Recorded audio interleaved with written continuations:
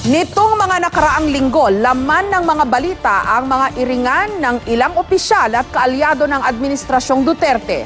Ayon sa ilang political analyst, normal naman daw ito, lalo't magkakaiba ang background ng mga opisyal ng gobyerno at may kanya-kanya rin silang interes. Pero ang ilang alitan, baka maging balakid daw sa layunin ng administrasyon. May report si Mariz Umali. Mapa social media man o sa mga rally, solid kung magpakita ng puwersa mga taga-suporta ni Pangulong Rodrigo Duterte. Pero sa loob ng administrasyon, kapansin-pansin ang tila pagkakaroon ng lamat sa samahan ng ilang kaalyado ng Pangulo. Sina Environment Secretary Gina Lopez at Finance Secretary Dominguez nagkabanggaan ng pananaw kaugnay ng pagpapasara sa ilang minahan. Ang gusto ni Dominguez, repasuhin ang mining audit na isinagawa ng DENR.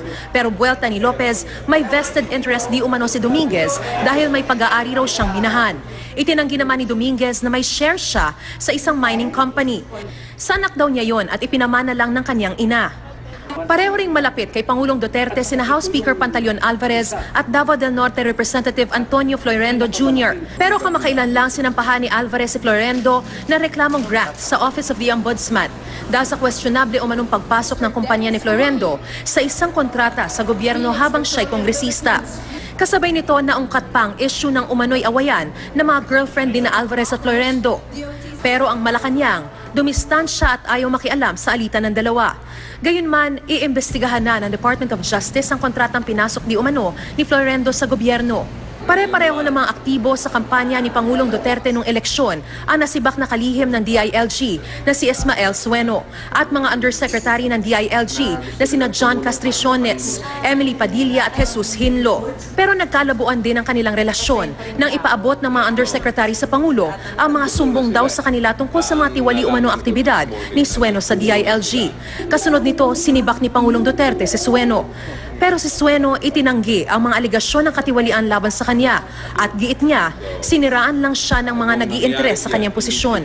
Sabi pa ni Sueno, ang gusto raw ipalit sa kanya si TESDA Secretary Jean Mamunjong na kasama rin nilang aktibo noon sa kampanya ni Pangulong Duterte. Itinanggi naman ni Mamunjong na interesado siya sa pwesto sa DILG. Noong isang buwan, nagbitiw naman si Peter Lavinia bilang Administrator ng National Irrigation Administration dahil sa issue rin ng umano'y katiwalian. Si Lavinia, naging tagapagsalita pa ni Pangulong Duterte noong panahon ng kampanya. Pero giit niya, may mga nanira raw sa kanya sa Pangulo. Ayon sa isang governance expert, hindi maiiwasan ng mga banggaan sa loob ng gabinete ni Pangulong Duterte. Diverse o magkakaiba raw kasi ang mga itinalaga ng Pangulo at posibleng may mga sari-sarili silang interes. Sana meron silang enough commitment to a common goal para kahit na meron silang infighting, at the end of the day,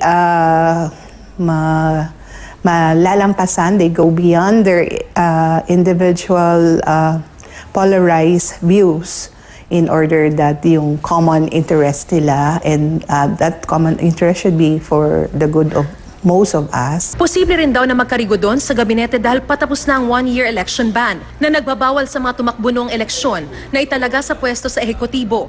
Transition period lang naman yung 1 year after the election.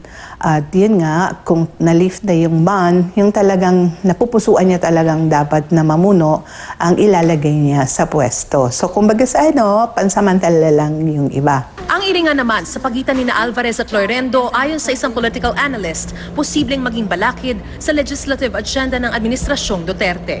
May issue, side issue na lumalabas na si Congressman Florendo ay sinusuportahan si ex-President GMA para pumalit kay Speaker Alvarez. Ibig sabihin, sa loob ng supermajority, merong factions. Ang pwedeng maging epekto nito, yung mga priority bills ng gobyerno, ng administrasyon, ay hindi madaling maisusulong. Mariz Umali, GMA News.